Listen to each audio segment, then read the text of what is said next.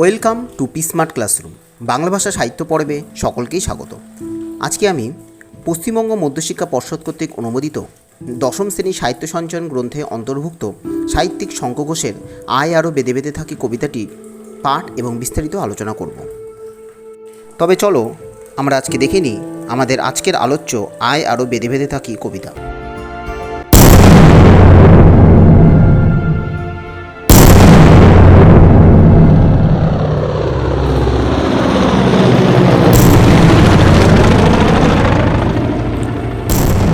আমাদের ডান পাশে ধস, আমাদের বাঁয়ে গিরিখাত, আমাদের মাথায় বোমারু, পায়ে পায়ে হিমানির বাত। আমাদের পথ নেই কোনো, আমাদের ঘর গেছে উড়ে।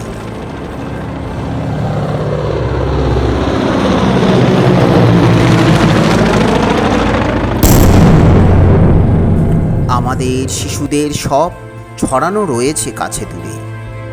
আমরাও তবে এইভাবে এই মুহূর্তে মরে যাব নাকি?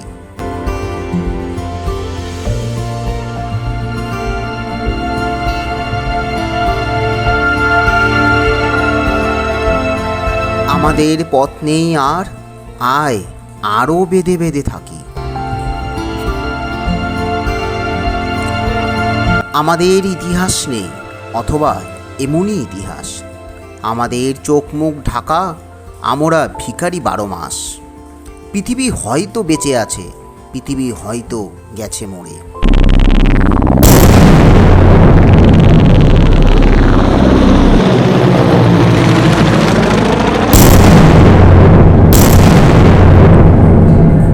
আমাদের কথা কে বা জানে, আমরা ফিরেছি দৌড়ে দৌড়ে।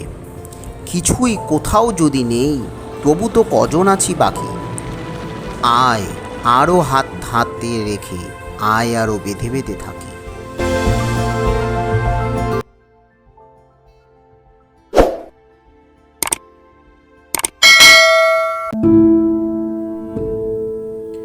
বাংলা সাহিত্যের এক স্বনামধন্য কবি ছিলেন শঙ্খ ঘোষ, যিনি 1932 সালে 6 ফেব্রুয়ারি বাংলাদেশের চাঁদপুরে জন্মগ্রহণ করেছিলেন। তার বিখ্যাত প্রথম কাব্যগ্রন্থ ছিল দিনগুলি রাতগুলি, যেটি প্রকাশিত হয় 1956 সালে। এছাড়াও ছিল নিহিত পাতাল ছায়া, এখন সময় নয়, শ্রেষ্ঠ কবিতা, বাবরের প্রার্থনা, পাজরে দ্বারের শব্দ, জলই পাষাণ হয়ে আছে, মুখ ঢেকে যায় বিজ্ঞাপনে, মূর্খ বড় সামাজিক নয়, প্রহর, জোড়া, ত্রিতাল, ধূম লিখেছে হৃৎকমলে, গোটা দেশ জোড়া যৌঘর, হাসি খুশি মুখে সর্বনাশ ইত্যাদি উল্লেখযোগ্য কিছু কাব্যগ্রন্থ রচনা করেছিলেন। এছাড়া তার উল্লেখযোগ্য প্রবন্ধ ছিল কালের মাত্রা ও রবীন্দ্রনাটক, ছন্দময় জীবন, ভিন্ন রুচির অধিকার, ঐতিহ্যের বিস্তার, এই আমির আবরণ, ছন্দের বারান্দা, এই সমস্ত উল্লেখযোগ্য প্রবন্ধ তিনি রচনা করেছিলেন। ছোটদের জন্য লিখেছিলেন অল্প বয়স স্বল্প বয়স, সুপারি বনের শাড়ি। উল্লেখযোগ্য গ্রন্থ ছিল উর্বশীর হাসি, ওকাম্পর রবীন্দ্রনাথ। এছাড়াও তিনি কুন্তক ছদ্মনামে অনেক রচনা লিখেছিলেন, যেমন শব্দ নিয়ে খেলা, কথা নিয়ে খেলা, এই সব কিছু। শঙ্খ ঘোষের উল্লেখযোগ্য প্রবন্ধ ছিল নিঃশব্দের তর্জনী, ছন্দের বারান্দা এবং নির্মাণ আর সৃষ্টি। আজকে আমরা ভিডিওতে আলোচনা করব সাহিত্যিক শঙ্খ ঘোষের বিখ্যাত কবিতা আয় আরও বেঁধে বেঁধে থাকি। এই কবিতাটি মূল কাব্যগ্রন্থ ছিল জলই পাষাণ হয়ে আছে, যেটি রচনা হয়েছিল 2001 থেকে 2003 খ্রিস্টাব্দের মধ্যে। গ্রন্থটি প্রকাশিত হয় 2004 খ্রিস্টাব্দে এবং এই গ্রন্থটি প্যাপিডাস প্রকাশনা থেকে 2004 খ্রিস্টাব্দে 5ই ফেব্রুয়ারি প্রকাশিত হয়েছিল। এটি ছিল 31তম কবিতা এবং এই কবিতাটি কাব্যগ্রন্থের একদম শেষতম কবিতা ছিল। এখন আমরা কবিতাটির রচনার প্রেক্ষাপট কিছু জেনে নিই। সাহিত্যিক শঙ্খ ঘোষের আয় আরও বেঁধে বেঁধে থাকি কবিতাটি 2004 খ্রিস্টাব্দে 5ই ফেব্রুয়ারির পূর্বে কোনো এক সময় হয়তো 2003 খ্রিস্টাব্দে রচনা করা হয়েছিল। শোনা গেছে 1991 খ্রিস্টাব্দে যে কুয়েত ও ইরাকের সম্পর্ক ক্রমশই অবনতি হয়েছিল। এই দুটি দেশ তথা মধ্যপ্রাচ্যের অন্যান্য দেশ পেট্রোলিয়াম সম্পদের খনি ছিল। অফুরন্ত তেলের ভাণ্ডারের দখলকে কেন্দ্র করে ইরাকের বিরুদ্ধে লড়াইয়ে কুয়েতকে সাহায্য করে আমেরিকা, ইংল্যান্ড এবং ফ্রান্স। 2003 খ্রিস্টাব্দে ডিসেম্বরে একনায়কতন্ত্রের অজুহাতে সাদ্দাম হোসেনকে গদিচ্যুত করা হয়। দেশে দেশে গৃহযুদ্ধ শুরু হয়। ইরাক, আফগানিস্তান, প্যালেস্টাইনের মতন যুদ্ধ বিধ্বস্ত ভূখণ্ডের সাধারণ মানুষের বিপন্নতা আমাদের এই কবিতা। কবি সেই প্রেক্ষাপটেই কবিতাটি রচনা করেছিলেন। কবিতাটি সর্বগ্রাসী সাম্রাজ্যবাদের বিরুদ্ধে এক জ্বলন্ত প্রতিবাদ ছিল। এখন আমি কবিতাটির কয়েকটি গুরুত্বপূর্ণ লাইন নিয়ে আলোচনা করব। কবিতাটির প্রথম স্তবকের প্রথম লাইন রয়েছে, আমাদের ডান পাশে ধস, আমাদের বায়ে গিরিখাত, আমাদের মাথায় বোমারু, পায়ে পায়ে হিমানি বাদ।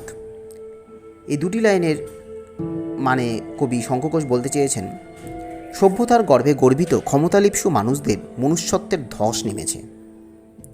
সাধারণ মানুষের জীবন আজ বিপন্ন। আশ্রয়চ্যুত জীবিকাহীন সর্বহারা মানুষদের জীবনপথে দুদিকে মৃত্যুর হাতছানি শুধু।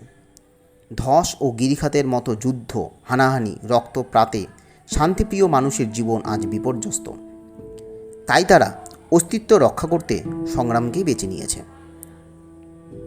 এর পরের একটি লাইন রয়েছে, আমাদের মাথায় বোমারু। এ কথাটার মধ্য দিয়ে কবি বলেছেন, যুদ্ধবাজ সাম্রাজ্যবাদী রাষ্ট্রগুলি নিজেদের স্বার্থ চরিতার্থ করতে দুর্বল দেশগুলির ওপর ক্রমাগত বোমাবর্ষণ করে চলেছে। তাই নিরীহ মানুষের বেঁচে থাকার পথ ক্রমশই দুর্গম হয়ে পড়ছে। তুষার বা বরফে ঢাকা পার্বত্য পথে চলা যেমন দুষ্কর হয়ে পড়ে, তেমনি শত শত সমস্যায় জর্জরিত সাধারণ মানুষের বেঁচে থাকাটাও আজ দুষ্কর হয়ে পড়েছে। এর পরের একটি গুরুত্বপূর্ণ লাইন রয়েছে, আমাদের শিশুদের সব ছড়ানো রয়েছে কাছে দূরে। একথার মধ্য দিয়ে কবি বলতে চেয়েছেন, দেশ, জাতি বা বিশ্বের ভবিষ্যতের সম্পদ হলো এই শিশু। তাদের মৃত্যু মানে মানবতার ধ্বংস। তারাই সুস্থ সমাজের প্রতিনিধি। অথচ অতর্কিত বোমা বিস্ফোরণে নিহত হয়েছে হাজার হাজার নিষ্পাপ শিশু। এখানে একটি কথা মনে রাখতে হবে, এখানে শিশু সব বলতে ভবিষ্যতের মৃতদেহ এবং বিপন্নতা বোধ আমরা মানে বিপন্নতার মধ্যেও বেঁচে থাকছে মানুষ। এছাড়া যুদ্ধবাজ সাম্রাজ্যবাদীরা শিশুদের রেহাই দেয়নি। তাদের লেলিহান শিকাতে নিহত হয়েছে নিষ্পাপ এই শিশুগুলো। কবিতায় আক্ষেপ প্রকাশ করেছেন বর্তমান সমাজ প্রেক্ষাপটে। এর পরের একটি গুরুত্বপূর্ণ লাইন রয়েছে, পৃথিবী হয়তো গেছে মরে। এই লাইনটির মধ্য দিয়ে কবি বলেছেন, জগৎবিমুখ আত্মকেন্দ্রিক আধুনিক মানুষ যেন পৃথিবীর অস্তিত্ব সম্পর্কে আজ উদাসীন। আর পৃথিবী জুড়ে চলছে হিংসার আবিলতা এবং হানাহানি। লাগাতার বোমাবর্ষণে ছিন্ন ভিন্ন হচ্ছে শিশুদের দেহ। কবি মনে করেছেন, মানবতার অবমাননার যুগে পৃথিবী আজ বিপর্যস্ত। দেশের শান্তি কল্যাণে পৃথিবীর সকল মানুষকে একত্রিত হওয়ার আহ্বান জানিয়েছেন কবি। এই সামাজিক পরিস্থিতিতে ব্যক্তি মনের সংশয়পন্ন ভাবনা থেকেই কবির এই মন্তব্য। কবিতায় আরেকটি লাইন রয়েছে, আমরা ভিখারি 12 মাস। অর্থাৎ একথার মধ্য দিয়ে কবি বলেছেন, সাম্রাজ্যবাদী রাষ্ট্রশক্তির বিষবাষ্পে এবং সংকীর্ণ ধর্মান্ধতায় সাধারণ মানুষকে প্রতি মুহূর্তে বিপন্ন হতে হয়েছে। বেঁচে থাকা ও জীবন জীবিকার পথ তাদের কাছে ক্রমশ দুর্গমতর হয়ে উঠেছে। আশ্রয়হীন হয়ে তারা আজ যেন ভিখারিতে পরিণত হয়েছে। এরপরে লাস্ট লাইন রয়েছে, আয় আরও হাতে হাত রেখে বেঁধে থাকি। অর্থাৎ কবি বলেছেন, যুদ্ধবিধ্বস্ত বিপন্ন পৃথিবীতে শান্তির লক্ষ্যে সাধারণ মানুষের প্রতিনিধি হয়ে কবি হাতে হাত রেখে মানববন্ধন গড়ে তুলতে চেয়েছেন। প্রতিবাদী মানবতার বন্ধন রচনা করতে চেয়েছেন কবি।